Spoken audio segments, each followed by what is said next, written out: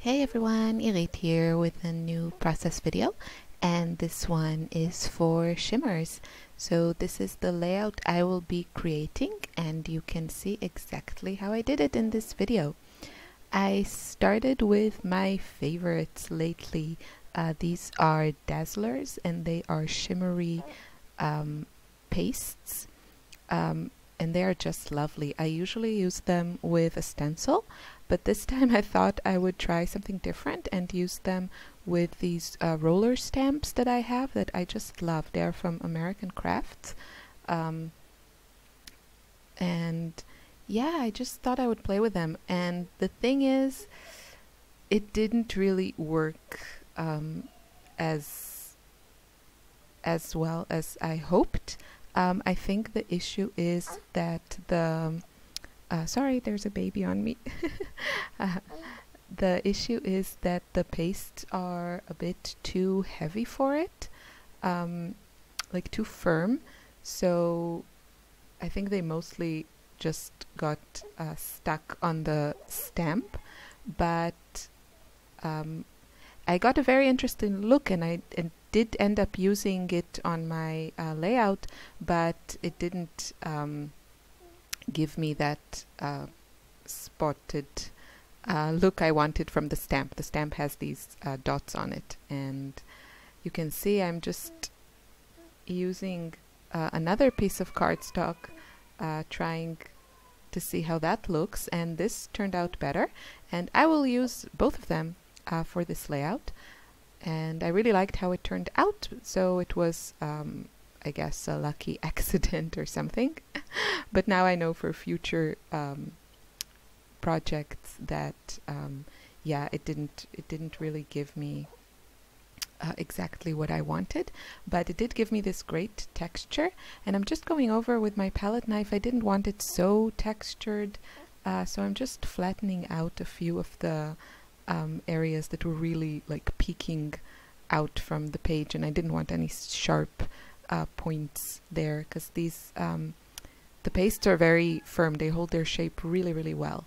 I think if I wanted to try this again, it would be a good idea to maybe mix them with a little bit of like one of the mists from Shimmerz, and then just break down that texture a little bit, so they would be easier to work with. So what I did here off camera is I used that second piece of cardstock and my Cuttlebug, and I cut out some flowers. I used a die set, like thin metal dies from Maggie Holmes. I think it was in her open book collection, I'm not sure. One of her slightly older collections. She had this really great set of florals. And the thing is, my plates on my Cuttlebug are really well used and old, and I'm too cheap to buy new ones. So sometimes they don't cut perfectly.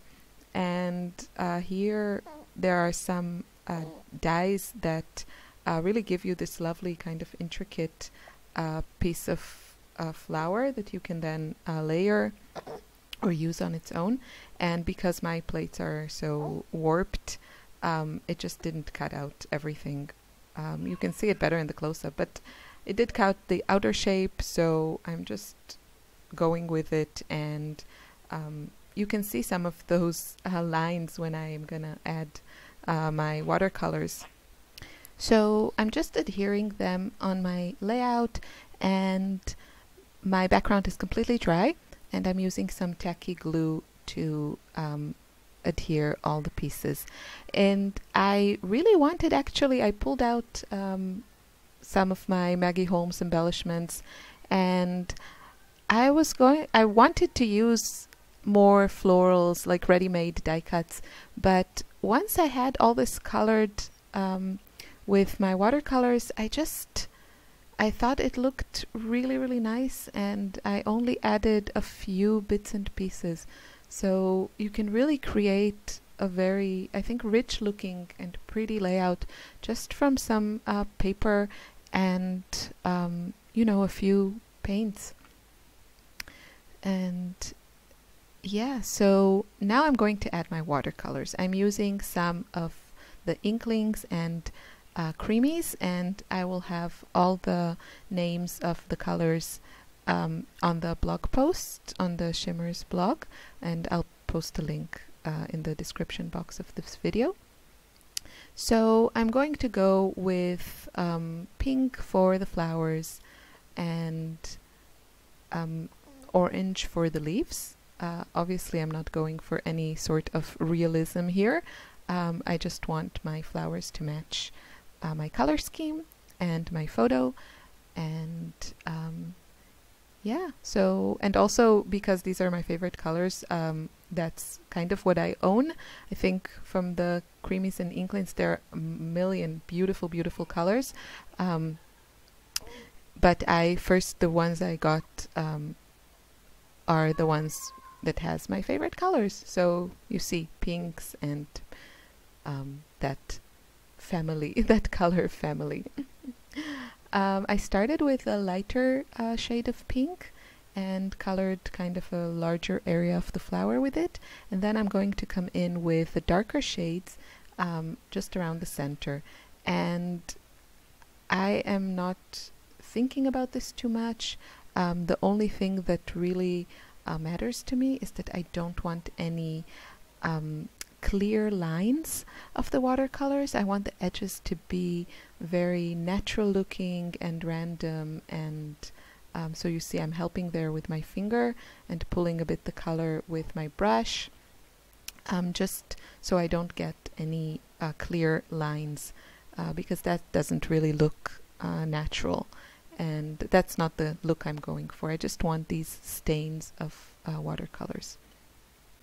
And you can go back as many times as you want, if depending how many layers you want or how intense you want the color to be. I think I go back a little bit.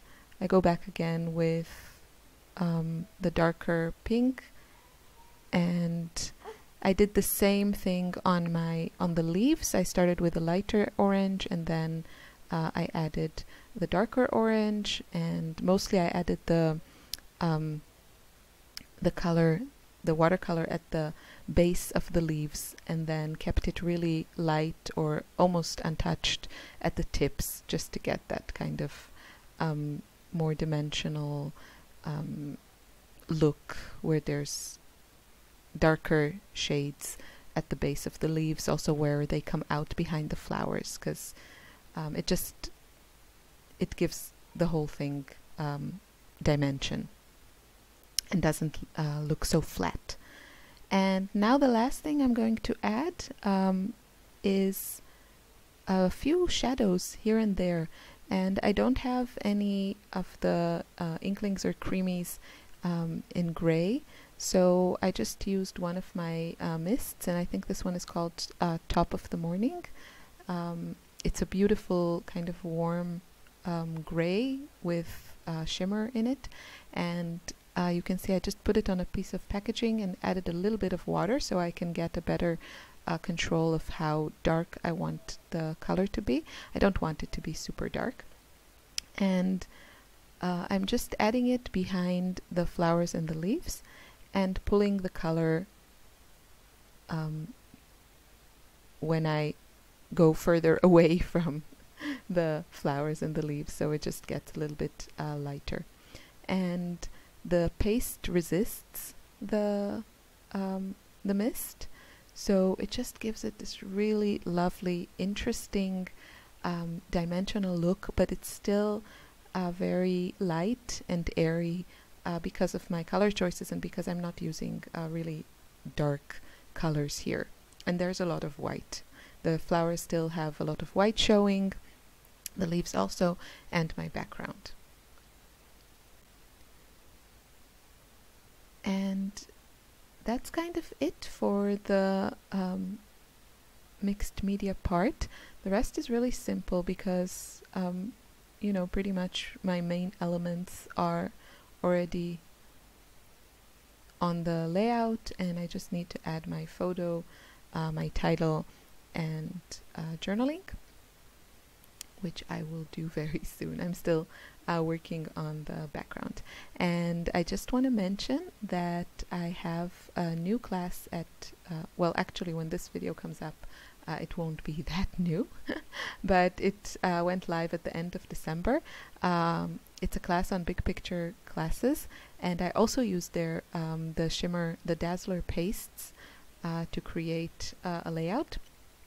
And I just the class is called Clean Mixed Media, and I just show lots and lots of ways of using mixed media to create really clean, bright, fresh layouts that are not too messy.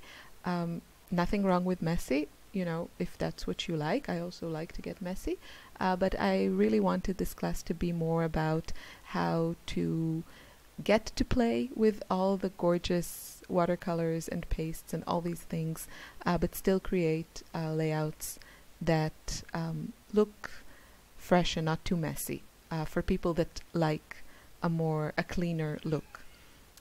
And yeah, so check that out. You can find the links to all my classes. I have 3 classes, 2 on big picture classes and 1 with Jen Scow, and you can find all those details on my blog.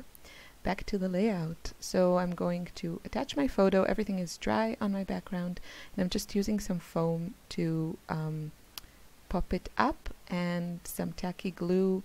You need some good glue because the background is so textured, so it's not going to work just with the ATG. And yeah, I just really like how that looks, and I love color, and I love kind of, you know, creating nice color palettes that coordinate with my photo. And I think the trick is just to pick a couple of colors in your photo. Of course, you don't have to color match anything, but to pick a couple of colors in your photo and just go with that and not worry too much about it. Just use, so here I just pulled some of the pinks and oranges in my photo, and it doesn't have to match exactly, especially if you use a few shades. It just comes together. You can see the pink in the flowers brings out the pink in the skin tones of my 2 girls there. So that's my new baby girl with her older sister. And yeah, now I'm just going around trying to figure out where to put my title. And this was just a little bit too big. I mean, in the video sometimes you see things and you're like, wow, that looked really great, why didn't I go with that? But I guess when I'm creating, I'm a little bit more I don't know, critical, especially when it's for design teams assignments. I want to get it just right. And I'm going to go in another direction. I really wanted to use that sticker from Maggie Holmes' sticker sheet, but it's not going to make it. It just didn't work. So I'm just going to go with the word love in a smaller size, because this one was a little bit too big. And you'll see the finished layout in a second. If you want to get a free product when you're ordering anything from Shimmerz, just mention my name, and yeah, you'll get a free product of your choice. So here are some close-ups. You can see all the beautiful texture. The last thing I added was some splatters also with that spray, the top of the morning. You can find all the details, all the colors, and the names of the products that I used on the blog post. Thank you so much for watching. Have a lovely day. Bye.